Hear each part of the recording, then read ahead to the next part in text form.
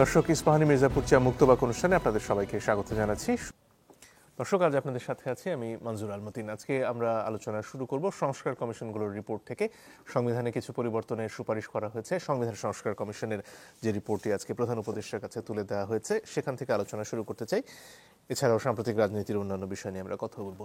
তিনজন সম্মানিত অতিথি রয়েছেন আমাদের সাথে। আছেন বীর মুক্তিযোদ্ধা শেখ রফিকুল ইসলাম বাবলু, তিনি আহ্বায়ক ভাসানী অনুসারী পরিষদ। আছেন জনাব আশরাফ কায়সার, সিনিয়র সাংবাদিক, এবং আছেন ডাক্তার শাখাওয়াত হোসেন পান্থ, সাধারণ সম্পাদক G9। আপনাদের তিনজনকেই স্বাগত আমাদের এই অনুষ্ঠানে। দর্শক, আলোচনা যাবার আগে সংবিধান সংস্কার নিয়ে একটা প্রতিবেদন দেখে নেব। মহান মুক্তিযুদ্ধের পর ১৯৭২ সালের ৪ ডিসেম্বর গণপরিষদে গৃহীত হয় বাংলাদেশের সংবিধান এবং তা কার্যকর হয় ওই বছরেরই ১৬ ডিসেম্বর। এরপর কয়েক দফায় কখনো রাষ্ট্রের স্বার্থে, আবার কখনো বা দলীয় স্বার্থে কাটাছেঁড়া করা হয়েছে সংবিধান। হাসিনা সরকারের পতনের পর জোর দাবি ওঠে সংবিধানকে জনমুখী করতে প্রয়োজনীয় সংস্কারের।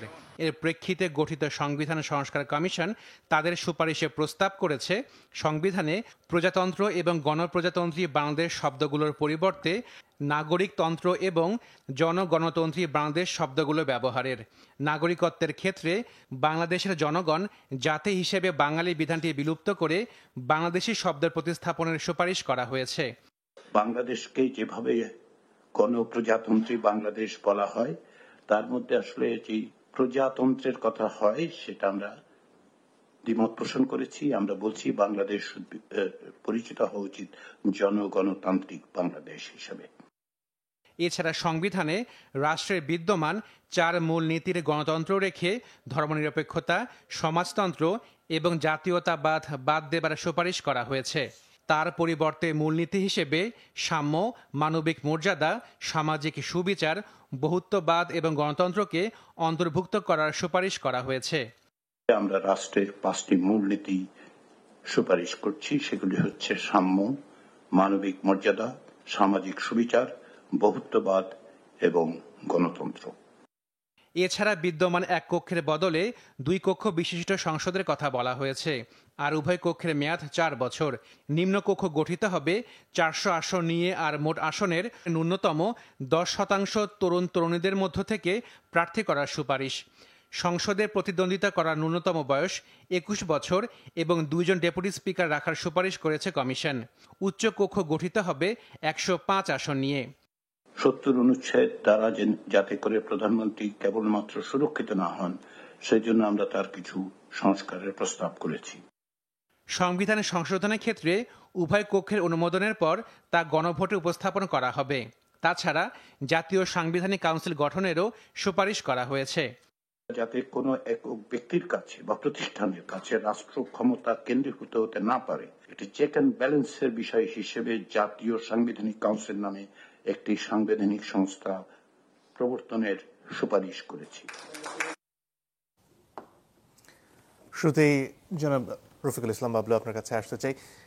যে প্রস্তাবনাগুলো আসলো তার আগে কিছু প্রক্রিয়া ছিল এবং এর পরে আবার রাজনৈতিক দলগুলোর সাথে আলোচনা করে এটা চূড়ান্ত করা হবে। আপনার প্রাথমিক মন্তব্যগুলো শুনতে চাচ্ছি এই প্রস্তাবগুলোর ব্যাপারে। প্রস্তাবগুলো আছে, এখানে তো সবগুলো নেই, প্রতিবেদনে যেগুলো দেখা। ধন্যবাদ চ্যানেল 24-এর অসংখ্য দর্শক শ্রোতা, উপস্থিত বিজ্ঞ আলোচকবৃন্দ, আমি সবাইকে ধন্যবাদ জানাচ্ছি আজকের এরকম একটি সাবজেক্ট সংবিধান নিয়ে, যে সংবিধান নিয়ে এত কথাবার্তা আমাদের মাঝে হচ্ছে, এই সংবিধান নিয়ে যে আলোচনা, এই আলোচনার জন্য আমি মঞ্জুরকে ধন্যবাদ জানাচ্ছি। এখানে শুরুতেই যেটা আমি বলতে চাচ্ছি, আমি একটু পিছন দিক থেকে আসতে চাচ্ছি। আমাদের যে 72 সনের যে সংবিধানটি 4 ডিসেম্বর খসড়া আকারে উপস্থিত হলো, 16 ডিসেম্বরে সেটা পাশ হয়েছিল, এটি তো বলেছে এখানে সংবিধান বর্তমান চলছে। এই সংবিধানটি শুরুতে ত্রুটি ছিল, যে ত্রুটি আমি আপনাদেরকে বলি।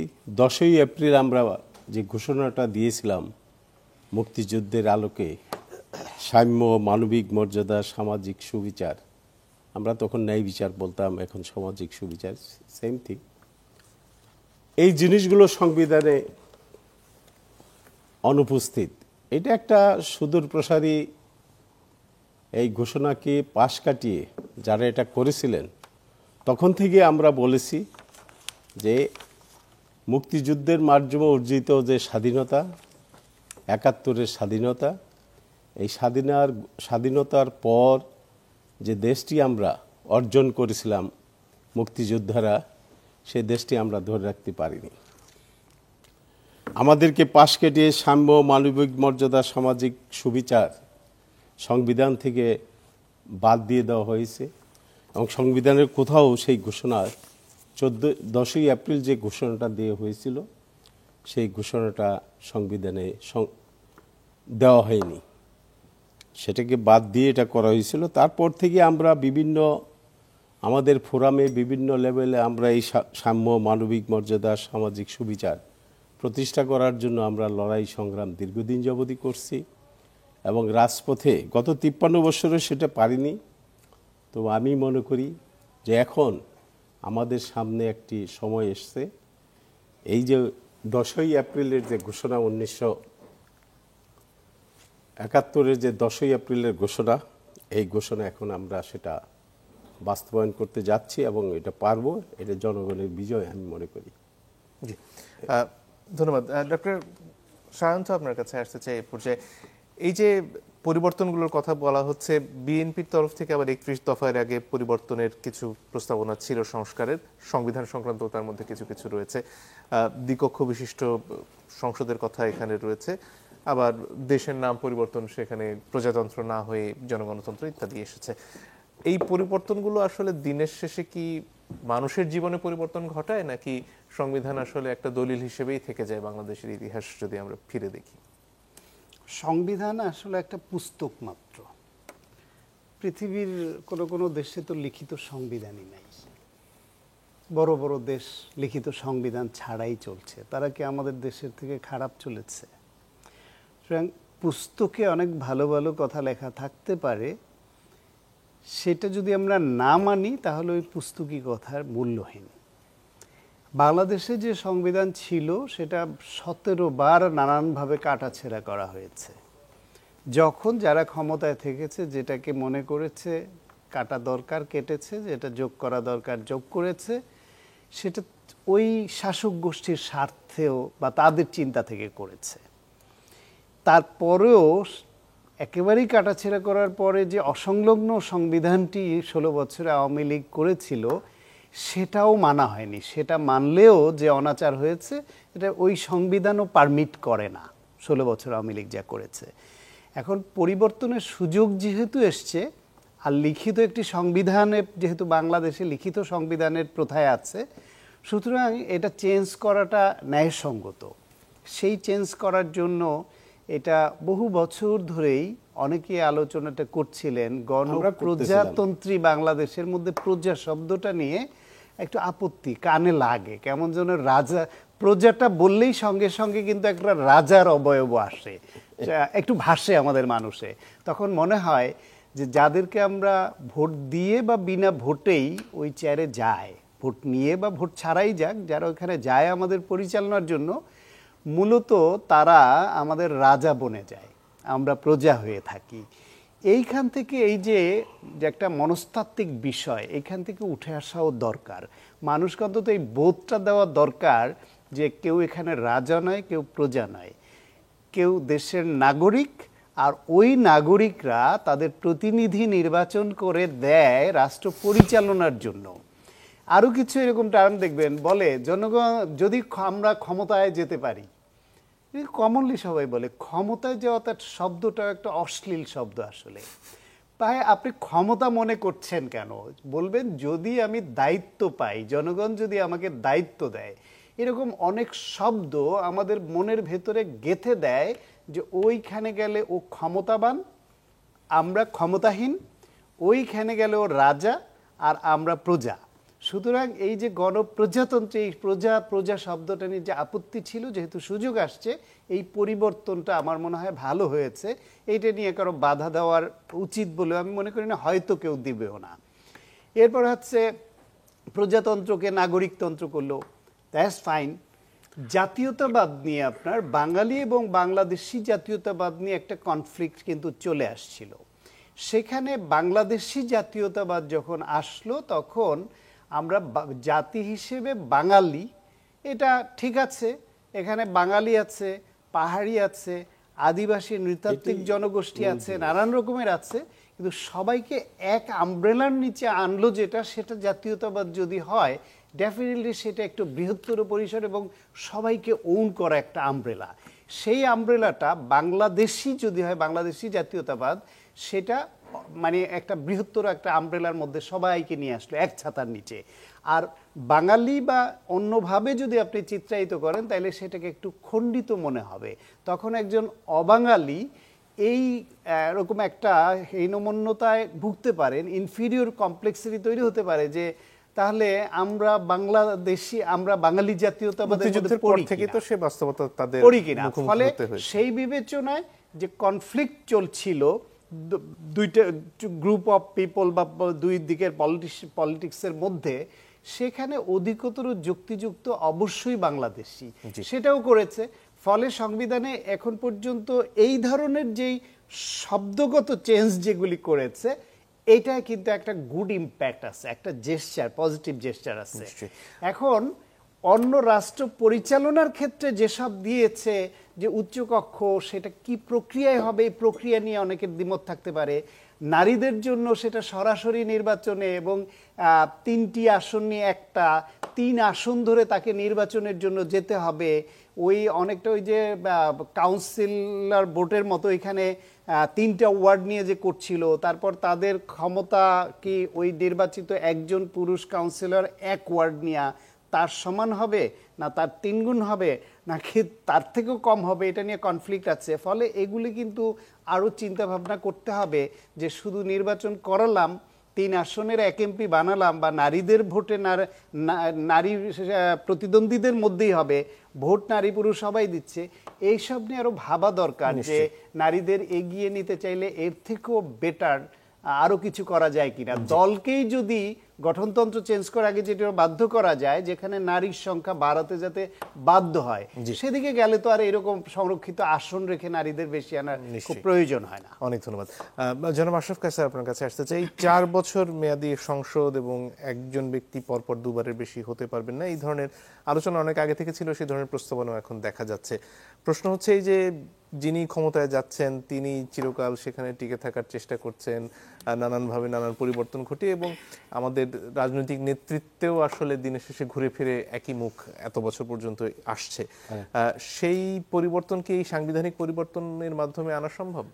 খুব বেশি না, কেননা দেখুন এতদিন আমাদের 5 বছর মেয়াদি ছিল, কিন্তু আমরা সাম্প্রতিককালে একজনকে দেখেছি উনি 15 বছর করে ফেলেছিলেন তার আয়ুষ্কাল, এবং উনি অবৈধভাবে 10 বছর টিকে ছিলেন, নির্বাচন করেননি, এবং নির্বাচন করলেও নামকা অস্তে করেছেন। তার মানে সাংবিধানিকভাবে তো তার মেয়াদ ছিল 5 বছর। কাজে এইরকম উদাহরণ যখন আমাদের সামনে আছে, এখন আপনি 4 বছর করলেও কেউ যদি ওইভাবে আবার মওকা পেয়ে যায়, তিনি কিন্তু ওই 4 বছরকে আবার 16 বছরের দিকে নিতে পারেন। তার মানে হচ্ছে এর যে প্রায়োগিক দিক আছে সেটা কিন্তু এই সংস্কারের ভেতরে নিশ্চিত করা সম্ভব না যে আগামীতে কেউ এগুলোর অপব্যবহার করবে না। তবে যেই বার্তাটি যায় সেই বার্তাটি হচ্ছে যে আপনার ওই যে 5 বছর একটা আয়েসি সময়, এবং মাথার মধ্যে ঢুকে যায় যে আমি 5 বছরের জন্য বাংলাদেশের সর্বময় ক্ষমতার অধিকারী, এবং ক্ষমতা শব্দটি আমাদেরকে দারুণভাবে প্রভাবিত করে। দায়িত্ব তো আমরা বলতেই চাই না, কারণ দায়িত্ব বললে তো 90% লোক রাজনীতিতেই থাকবে না। আপনি কালকে শুধুমাত্র রাজনীতিকে প্রফিট সেন্টার হওয়া থেকে আপনি বিরত রাখুন, 90% লোক রাজনীতির আশেপাশে আসবে না। এই দেশে রাজনীতি হচ্ছে স্বল্প বিনিয়োগে সবচেয়ে বেশি মুনাফা অর্জন করা যায়, অর্থনৈতিকভাবে, ক্ষমতার দিক থেকে এবং প্রভাব প্রতিপত্তির দিক থেকে। দেখুন আজকে আমরা গত 5 মাস ধরে আমাদের কোনো দৈনন্দিন কাজ করতে পারছি না বিগত সরকারের টাকা পয়সা হিসাব করতে গিয়ে, এবং সেটা আজকে লন্ডনে গিয়ে পৌঁছেছে। আমার ধারণা ব্রিটিশ প্রধানমন্ত্রীর জন্য খুব খারাপ সময় অপেক্ষা করছে তাকে সংসদে, এবং ইংল্যান্ডের রীতি আমরা যতটা বুঝে থাকি বাংলাদেশের গণভবন এবং বান্ধবী চলে গেলে বন্ধুর মন একটু খারাপ হয়, অনেকটা করবে। তাহলে যেটা হচ্ছে যে এই সংস্কার প্রস্তাবনাগুলো কিন্তু চিন্তার উদ্রেক করে।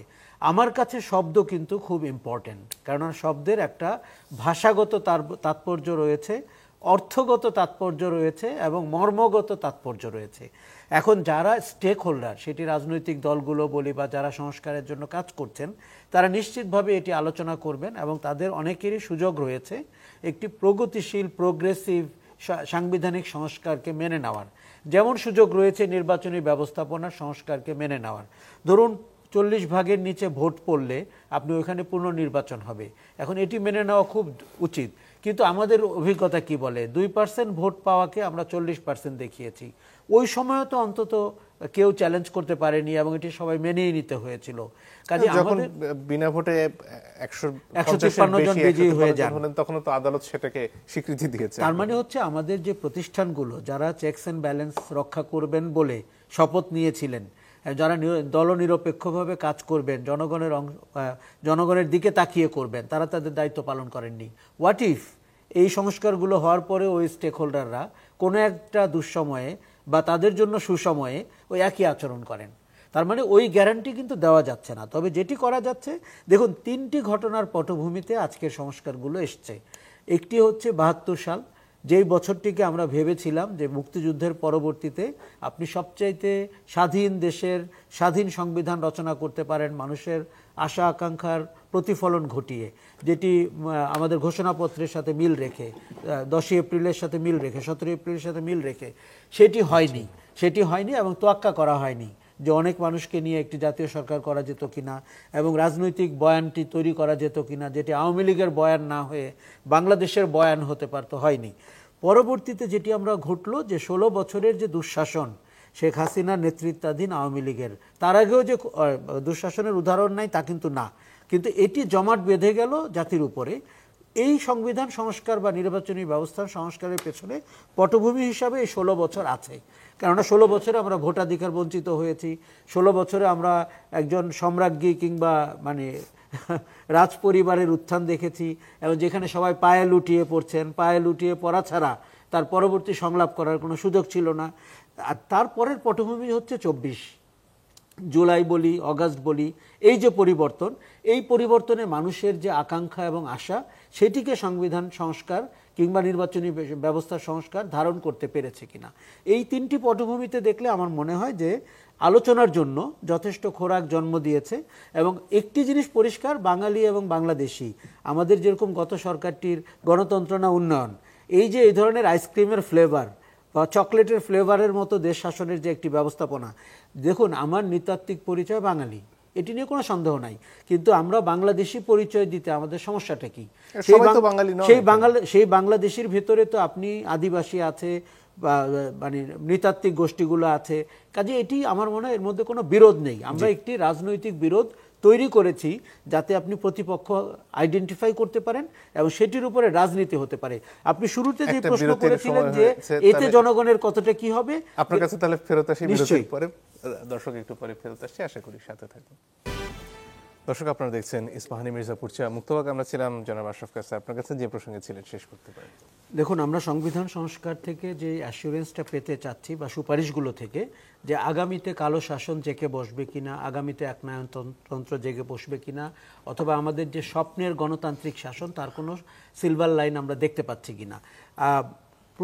আপনি যদি ভাষাগত দিকে তাকান বা প্রস্তাবনার দিকে তাকান, সেটি কিন্তু অনেকটাই আমাদেরকে আশাবাদী করে। কিন্তু যদি তার প্রায়োগিক দিকের দিকে তাকান, প্রথমত প্রশ্ন হচ্ছে এটি কে বাস্তবায়ন করবেন। ধরুন ফেব্রুয়ারি মাসে সব রাজনৈতিক দলের সাথে আলোচনা হলো, নির্বাচনের আগে কি এগুলো বাস্তবায়ন হবে? এটি মেনে কি নির্বাচন হবে, নাকি নির্বাচনের পরে যারা ক্ষমতায় আসবেন তারা এটি মেনে সরকার গঠন করবেন, দেশ পরিচালনা করবেন? এরকম মৌলিক একটি সমঝোতায় কিন্তু আমাদের পৌঁছতে হবে। আরেকটি জিনিস হচ্ছে, এর সঙ্গে তো নির্বাচনী ব্যবস্থাপনার সংস্কার নিয়েও আজকে সুপারিশ দেওয়া হয়েছে। এবং আপনি জানেন, যদিও মোটা দাগে এই কথাগুলো বাজারে অনেক দিন থেকে আলোচনা হচ্ছিল যে আমরা দ্বিকক্ষ বিশিষ্ট পার্লামেন্টের দিকে যাব, 2বারের বেশি প্রধানমন্ত্রী হবেন না, অথবা নারীদেরকে সরাসরি নির্বাচিত করা যায় কিনা, সেই সঙ্গে যেটা যুক্ত হয়েছে যে আপনার 25 থেকে 21-এ নামিয়ে আনা হয়েছে প্রার্থী হওয়ার বয়স। এটি কিন্তু খারাপ না, কারণ আপনি যদি তরুণদেরকে আগ বাড়িয়ে রাজনৈতিক ক্ষমতার করিডোরে দেখতে চান, চর্চার ভেতরে দেখতে চান, সেটি ভালো দিক। এখন দলগুলো কি তার জন্য প্রস্তুত? দলগুলো কি জেলা পর্যায়ে নারী নেতৃত্ব নির্বাচন করার মতো এই ক্যাপাসিটি আছে কিনা? নাহলে কিন্তু এটি একটা হঠাৎ ঘটনা ঘটবে।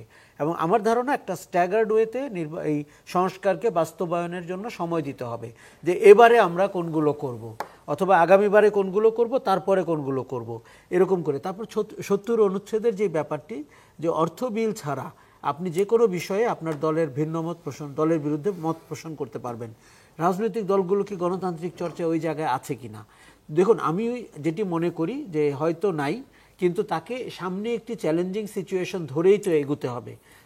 তা না হলে আপনি দলের ভেতরের পরিবর্তন বা রূপান্তর কি করে ঘটাবেন? কাজে নির্বাচনী ব্যবস্থাপনা অথবা যেভাবে প্রার্থী আপনি মনোনীত করবেন তার জবাবদিহিতা কি? সেটি কি তৃণমূল থেকে হলো, নাকি এগেন হেডকোয়ার্টার থেকে আপনি প্রার্থীদেরকে মনোনীত করে ছেড়ে দিলেন? কাজে আমাদের অনেকগুলো, এই আলোচনা থেকে অনেকগুলো প্রশ্নের উত্তর কিন্তু আমরা এখনো পাচ্ছি না। তবে যেটি সুবিধা হলো, এই আলোচনা দিয়ে আমরা আবার একটি নির্বাচনের দিকেও যেতে চাই। বিএনপি তো আপনার জুলাই আগস্টের মধ্যে নির্বাচনের দাবিও তুলেছে। এবং কেন বিএনপির নাম বলতে হচ্ছে? কারণ আসলে সবচেয়ে বড় স্টেক হোল্ডার বিএনপি। আবার বৈষম্য বিরোধীরা, জাতীয় নাগরিক কমিটি যে রাজনৈতিক দলের স্বপ্ন দেখছে, আমরা সবাই কিন্তু আমি অন্তত সেই রাজনৈতিক দলকে সাধুবাদ জানাই।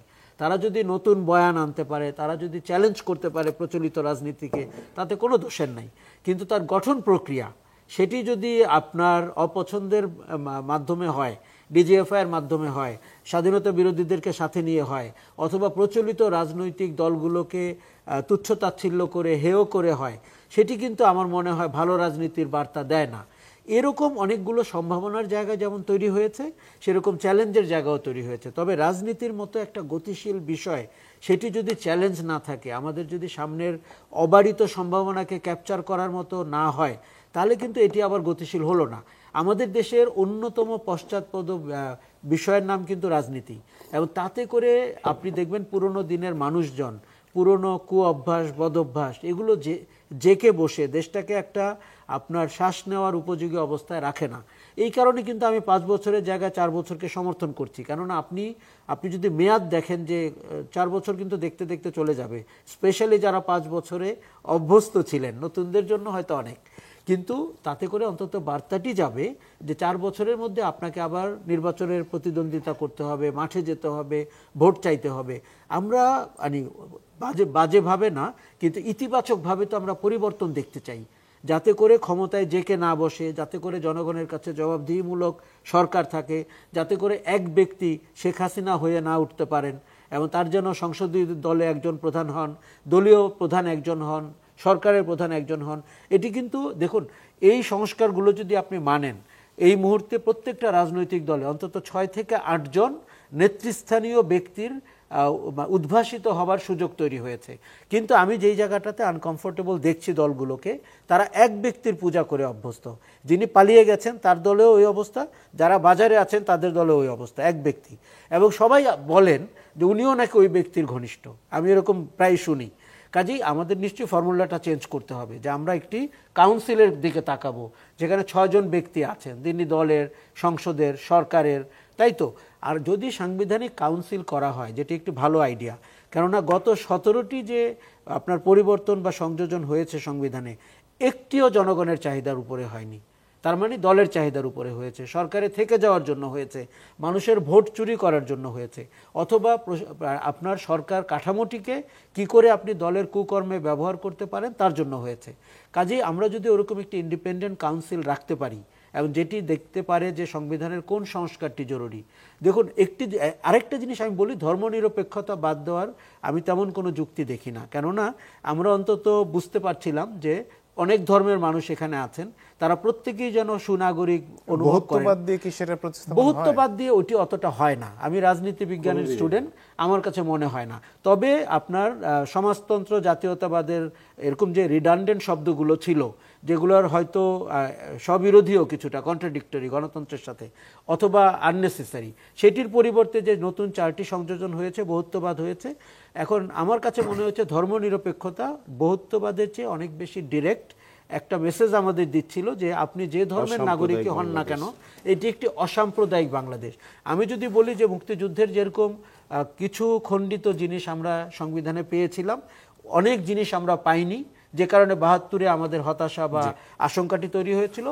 ধর্মনিরপেক্ষতা বাদ দিয়ে আপনি অপ্রয়োজনে নতুন একটি ফ্রন্ট খুললেন কুরাজনীতি করার, এটির কিন্তু দরকার ছিল না। আমি বরঞ্চ সতর্ক থাকতে চাই যে প্রয়োজনীয় সংস্কারটি আমরা করতে চাই, অপ্রয়োজনীয় বিতর্কটিকে আমরা উৎসাহিত না করি। অনেক ধন্যবাদ। জনাব রফিকুল ইসলাম, আপনার কাছে আসতে চাই। যে প্রসঙ্গ নিয়ে এতক্ষণ কথা হচ্ছিল সেখানে একটা বিষয় যে এই যে সরকার গঠন করাকে ক্ষমতার সাথে মিলিয়ে ফেলে এবং রাজনীতি আসলে একটা অর্থ উৎপাদনের প্রক্রিয়া বা এক ধরনের ব্যবসা হিসেবেই অনেকের কাছে এতদিন প্রতীয়মান হয়েছে, সেই সংস্কৃতির আসলে পরিবর্তনটা কিভাবে হবে? ধন্যবাদ মঞ্জুর। আসলে আমরা জাতি হিসেবে অনেক দুর্ভাগা জাতি। আপনি দেখেন, লক্ষ্য করেন, সেই 52 সাল থেকে আমরা রক্ত দিয়ে আসছি এবং 52 সাল থেকে রক্ত দিয়ে সে ৭১-এর মধ্যে দিয়ে আমরা ৩০ লক্ষ মা বোনের রক্তের বিনিময়ে, ২ লক্ষ মা বোনের ইজ্জতের বিনিময়ে যে স্বাধীনতা আমরা একটা অর্জন করলাম, এরপরেও আমরা দেশটাকে সুন্দরভাবে গড়ে তুলতে পারলাম না গত ৫৩ বছর। এই গত ৫৩ বছর আমরা যে যেমনে পেরেছি, আমি শুধু ওই খুনি হাসিনাকে গালি দিব, অমুককে গালি দিব, আরেকজনকে গালি দিব না, এটার মধ্যে যেতে, এর জন্য দায়ী আমরা সবাই। এই দেশটাকে আজকে আমরা যে পর্যায়ে নিয়ে গেছি, এই পর্যায়ে আমাদের যাওয়া উচিত ছিল না, কারণ আমরা রক্ত দিয়ে এই দেশটাকে আমরা বানিয়েছিলাম এবং আবারও রক্ত দিয়ে একটি ফ্যাসিবাদের বিরুদ্ধে আমরা লড়াই করে, সে লড়াইয়ে মঞ্জুর আপনি নিজেও ছিলেন, আমি নিজে আহত হয়েছি গুলি খেয়ে, এবং বিএনপি সহ সমস্ত রাজনৈতিক দল, ছাত্ররা এসে শেষে নেতৃত্ব দিয়ে এটাকে আমরা এগিয়ে নিয়ে আসলাম। এখন এই যে আলোচনাগুলো আমরা কিছুক্ষণ আগেই অফ টাইমে আমরা করলাম, এই যে বৈষম্যবিরোধী ছাত্র আন্দোলন, আমি এদের সমালোচনা করতেছি না, কিন্তু সত্য কথাগুলো আমাকে বলতে হবে। তারা ক্ষমতায় থেকে যদি রাজনৈতিক দল গঠন করতে চায়, তাহলে জাতির জন্য এটা দুর্ভাগ্য হবে। আমি মনে করব, আমি তাদের কাছে অনুরোধ করব যে এই দেশটি নিয়ে বারবার এই খেলা করা উচিত না আমাদের। তোমরা যাও, জনগণের কাছে যাও, জনগণের মধ্য থেকে দলটিকে বের করে নিয়ে আসো। এই যে তারা হঠাৎ করে কোথায় এত টাকা আসলো, আমার বাসার পাশেই তারা, এখানে যে অফিস 3টা ফ্লোর রূপায়ণ টাওয়ারে, এ টাকা কোত্থেকে আসছে, কে দিচ্ছে, কারা দিচ্ছে, এটা জনগণের মাঝে প্রশ্ন। এবং তাদের যে ভাষা, যে ব্যবহার, আজকে দেখেন পত্রিকায় আছে যে কলম ভেঙে ফেলবো। একটি ফ্যাসিজমের পক্ষে লিখতে গিয়ে যদি আপনারা প্রতিবাদ করবেন, কলম ভেঙে দিবেন, এটা তো প্রতিবাদের ভাষা না, এটা প্রতিবাদের ভাষা না। আপনি অবশ্যই প্রতিবাদ করবেন। ফ্যাসিজমের বিরুদ্ধে আপনারা লড়াই করেছেন, আপনারা একা করেননি, আমরাও লড়াই করেছি। আমরা 16 বছর লড়াই করেছি এই ফ্যাসিজমের বিরুদ্ধে, 15 বছর শান্তি। কিন্তু আপনাদের যে ভাষা, এই সংবিধানকে মুজিববাদী সংবিধান, একে কবর দিয়ে ফেলতে হবে, এগুলো কোনো রাজনৈতিক ভাষা না। এবং আজকে সমস্ত পত্রিকায় যেটা আছে, এই যে কলম ভাঙ্গার যে উক্তি, এটা ফ্যাসিস্টের মতো উক্তি। এই উক্তি দিয়ে তারা ক্ষমতায় গিয়ে জনগণের জন্য কি দিবে, কি দিতে পারবে? আমরা কোথায় যাচ্ছি? আমরা কি বারবার এইভাবে রক্ত দিব? এই 53 বছর দেশে যা হয়েছে, আবারও কি সেই দিকে আমরা ফিরে যাচ্ছি? কেন আমরা ওই দিকে যাব? আমরা কি বসে একটা কনসেনসাস করে আমরা দেশটাকে এগিয়ে নিয়ে যেতে পারি না? কেন পারবো না? আমরা যদি ৭১-এ মিলিত হইতে পারি, ৯০-এ মিলিত হতে পারি। আজকে একটা ঘোষণাপত্র আমরা প্রধান উপদেষ্টার অফিস থেকে পেয়েছি, সেখানে ৯০ সম্পর্কে কোনো কথাই নেই। নৃগোষ্ঠী আদিবাসীদের সম্পর্কে কোনো কথা উল্লেখ করা হয়নি সেখানে। ঘোষণাপত্র আছে আমার কাছে, এখানেই আছে, সরি, এটা আমার কাছে এখানেই আছে।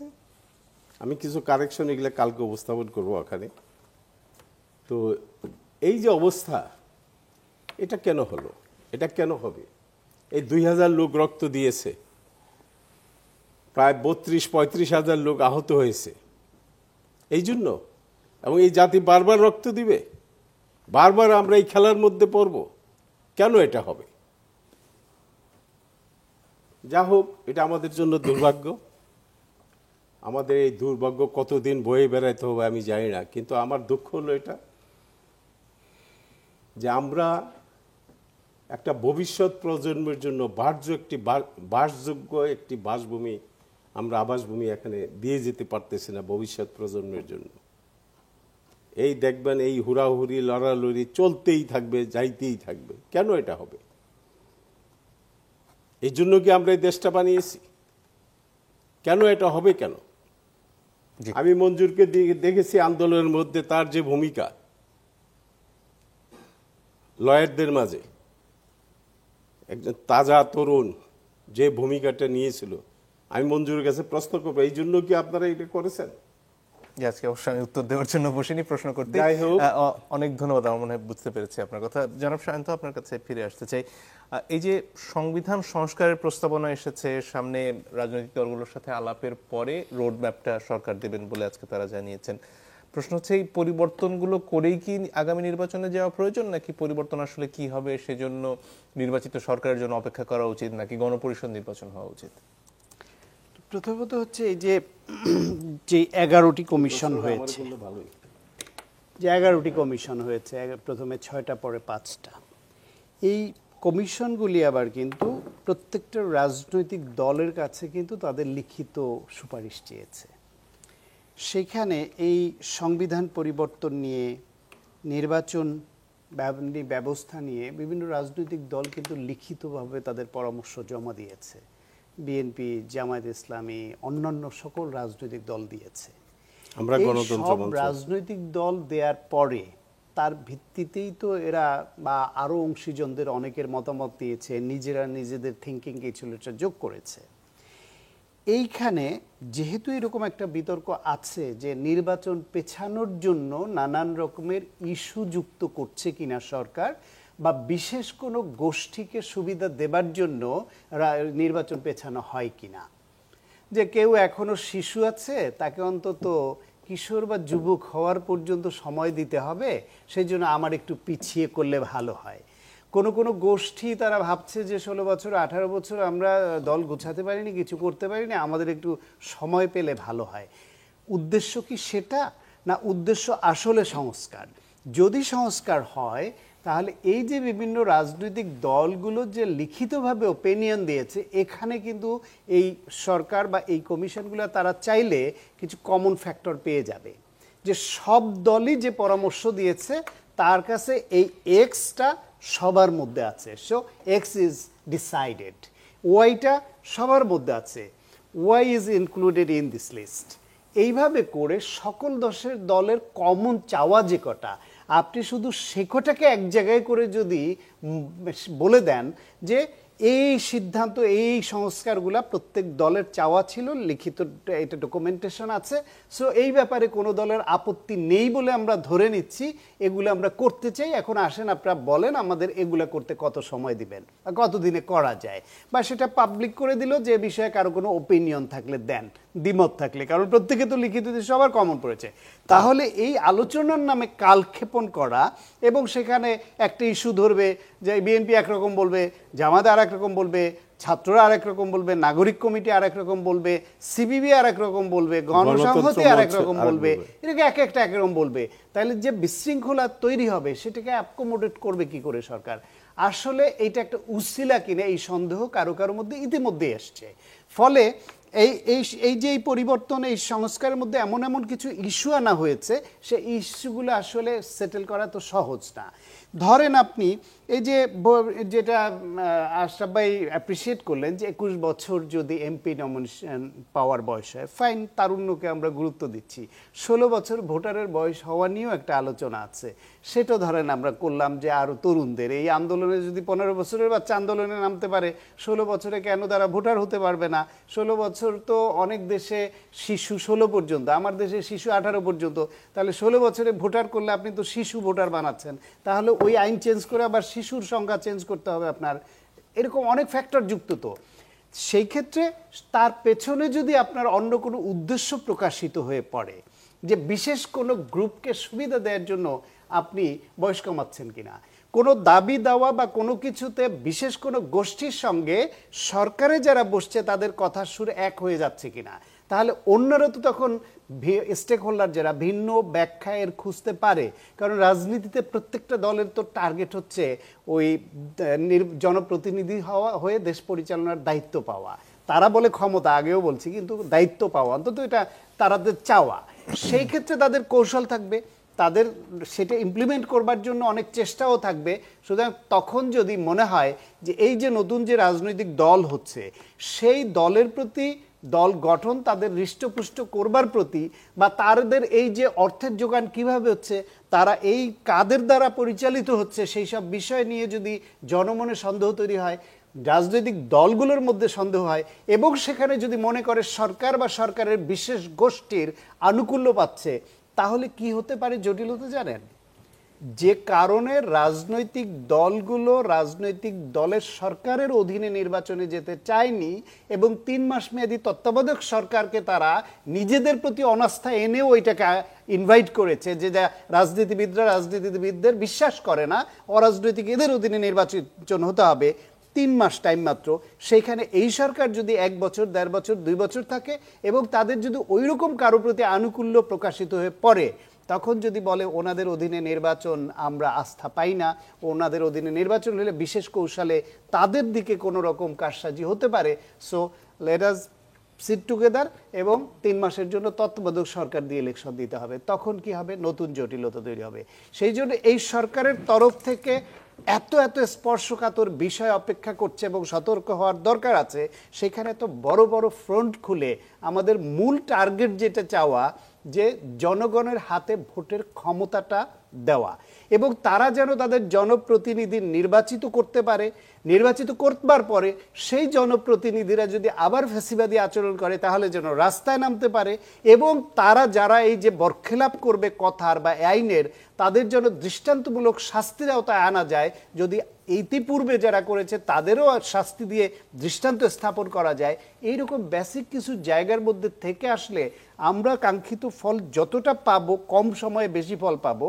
যদি আপনার অনেকগুলো ফ্রন্ট খোলা হয় এবং অনেকভাবে এটাকে জটিল করে ফেলা হয়, তাহলে এইটা হিতে বিপরীত হতে পারে। অনেক ধন্যবাদ। জনাব আশরাফ কাসার যদি আর কিছু যোগ করতে থাকে। দেখুন, আমি তার সন্দেহের সাথে সহমত পোষণ করছি। যদি এরকম তৎপরতা আপনি দেখেন, প্রথম কথা আমি বলি যে আপনি সরকারে 3 জন উপদেষ্টা থেকে রাজনৈতিক দল করার আইডিয়াটা ভালো না। আপনাকে সরকার থেকে বেরিয়ে যেতে হবে, নাহলে আপনাকে চেহারাটা অনেকটা জাতীয় পার্টির মতো লাগছে, যেই জাতীয় পার্টিকে তারা ফ্যাসিবাদের দোসর বলে আক্রমণ করেছে। কাজেই আপনি প্রথমে বেরিয়ে যাবেন। কারণ সরকারে থাকলে, মন্ত্রী থাকলে, অ্যাডভাইজার থাকলে তার যে একটা প্রভাব প্রতিপত্তি কাজ করে, এটা আমরা সবাই জানি। তারপরে যেটা হচ্ছে যে আপনি কাদের সাথে হাত মিলাচ্ছেন। আপনারা যেরকম নতুন শক্তি হিসাবে বাজারে আবির্ভূত হয়েছেন, সেরকম করে সামাজিক পর্যায়ে দেশব্যাপী উপজেলা পর্যন্ত আপনার নতুন শক্তি খুঁজতে হবে।